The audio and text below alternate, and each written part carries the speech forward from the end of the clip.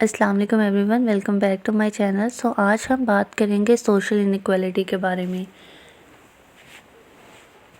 जो कि वो नाइंसाफ़ी है जो सोसाइटी में लोगों के दरमियान रिसोर्सेज, अपॉर्चुनिटीज़ और प्रिविलेजेस की डिस्ट्रीब्यूशंस में होती है।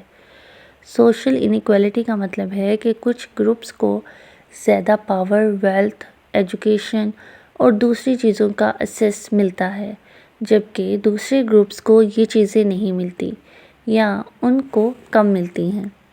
ये इनइक्वालिटी कई डिफरेंट टाइप्स में सामने आती है और ये अक्सर सोसाइटी के स्ट्रक्चर और हिस्टोरिकल कॉन्टेक्स्ट से जुड़ी होती है। इसको हम डिफरेंट टाइप्स में स्टडी करेंगे। सबसे पहले हमारे पास टाइप आती है, that is economic inequality. Economic inequality का मतलब है कि इनकम, वेल्थ और इकोनॉमिक अपॉर्चुनिटीज़ में फ़र्क। ये सबसे ज़्यादा नोटिसेबल फॉर्म है सोशल इनइक्वालिटी की। फॉर एग्ज़ाम्पल, इंडिया, पाकिस्तान और बांग्लादेश में आपको शहरों और गाँव के बीच में बहुत बड़ा इकोनॉमिक गैप देखने को मिलता है। शहरों में एलीट और वेल्थी क्लास होती है, जबकि गांव में लोग ज़्यादातर गरीब ही होते हैं या उनके पास बहुत कम अपॉर्चुनिटीज़ होती हैं। सेकंड टाइप की बात करें, that is caste based inequality. India में कास्ट सिस्टम एक ऐसी फॉर्म है जो सोसाइटी को डिफरेंट ग्रुप्स में डिवाइड करती है। इस सिस्टम की वजह से कुछ लोग दूसरे लोगों से बेहतर पोजीशंस में होते हैं, जबकि कुछ लोग नीचे होते हैं और उनको डिस्क्रिमिनेशन का सामना करना पड़ता है।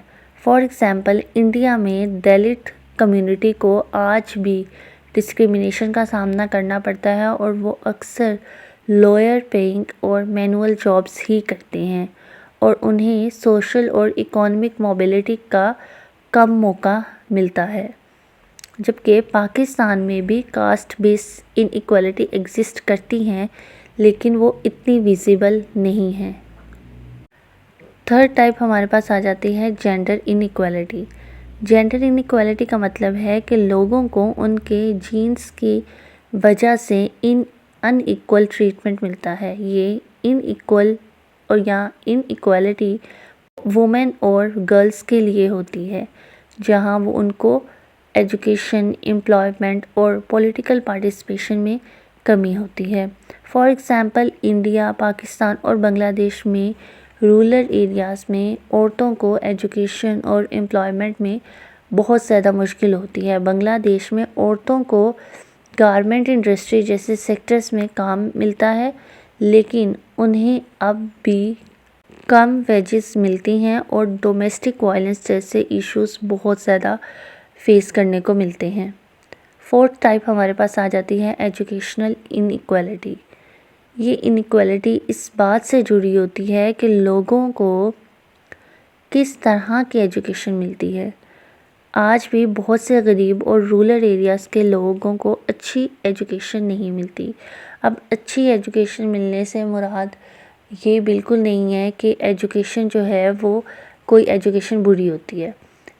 अच्छी एजुकेशन से मुराद के क्वालिटी एजुकेशन, जिसके अंदर क्वांटिटी जो है वो ना हो कि एजुकेशन जो है किताबों पे किताबें पढ़ाई जाए लेकिन कुछ समझ ना आ रहा हो। जो क्वालिटी एजुकेशन है वो कहीं नहीं मिलती, या मिलती है तो बहुत कम मिलती है। और इस बहुत एलिट क्लास लोग होंगे तो उनको क्वालिटी एजुकेशन ज़्यादा मिलेगी, जबकि गरीब लोगों को कम मिलेगी। बात करते हैं इंडिया, पाकिस्तान और बांग्लादेश में गरीब फैमिलीज़ जो हैं उनके बच्चों को अच्छी एजुकेशन या क्वालिटी एजुकेशन मिलने का मौका ही नहीं मिलता, जबकि प्राइवेट स्कूल्स में बेहतरीन एजुकेशन मिलती है जो ज़्यादा अच्छे माहौल में रहते हैं। लेकिन ये स्कूल्स जो है वो लोकल लोगों के लिए या गरीबों के लिए अफोर्डेबल नहीं होते हैं। फिफ्थ टाइप हमारे पास आ जाती है रीजनल इनइक्वालिटी। ये इनइक्वालिटी इस बात से रिलेटेड है कि किसी मुल्क के कुछ रीजन्स में रिसोर्सेज और डेवलपमेंट ज़्यादा होती है और कुछ में कम। इंडिया में जैसे शहर है ممبئی، دلی جیسے شہروں میں زیادہ ڈیولپمنٹ ہے، جبکہ بہار اور اتر پردیش میں اسٹیٹس میں ریسورسز کی بہت کمی ہے۔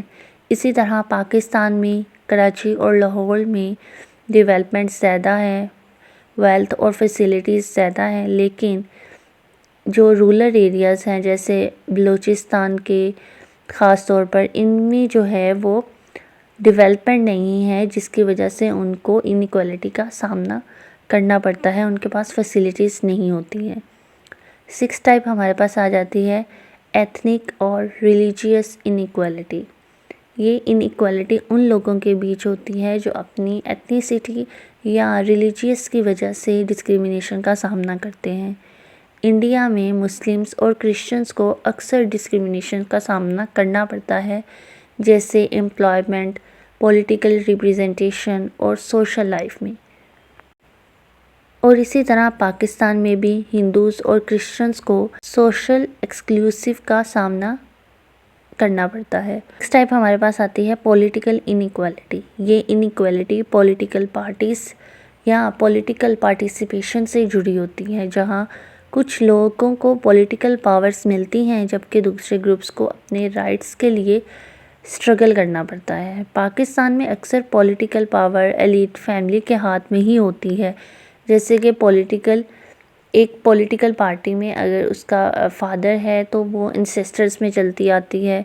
کہتے ہیں کہ ہمارے فور فادر جو ہیں وہ پولیٹکس میں تھے، تو آگے ان کے بچے بھی جو ہیں وہ پولیٹکس میں ہی آتے ہیں۔ سو آرڈینری سٹیزنز کو اپنے پولیٹیکل رائٹس اور ریپریزنٹیشن کے لیے اسٹرگل کرنا پڑتا ہے۔ انڈیا میں بھی مارجنلائزڈ گروپ جیسے کہ دلت اور ٹرائبلز کو پولیٹیکل پاورز میں ریپریزنٹیشنز کافی کم ملتی ہیں۔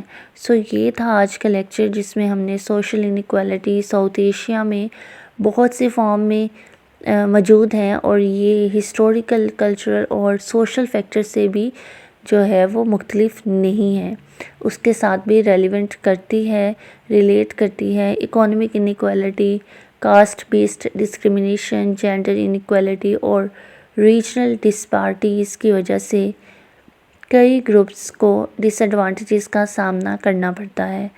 ان انیکوالٹیز کو سمجھنا ضروری ہے تاکہ ہم اپنی سوسائٹیز میں سوشل جسٹس لا سکیں اور انیکوالٹیز کو کم کر سکیں۔ سو ملتے ہیں اگلی ویڈیو میں، تب تک کے لیے اللہ حافظ۔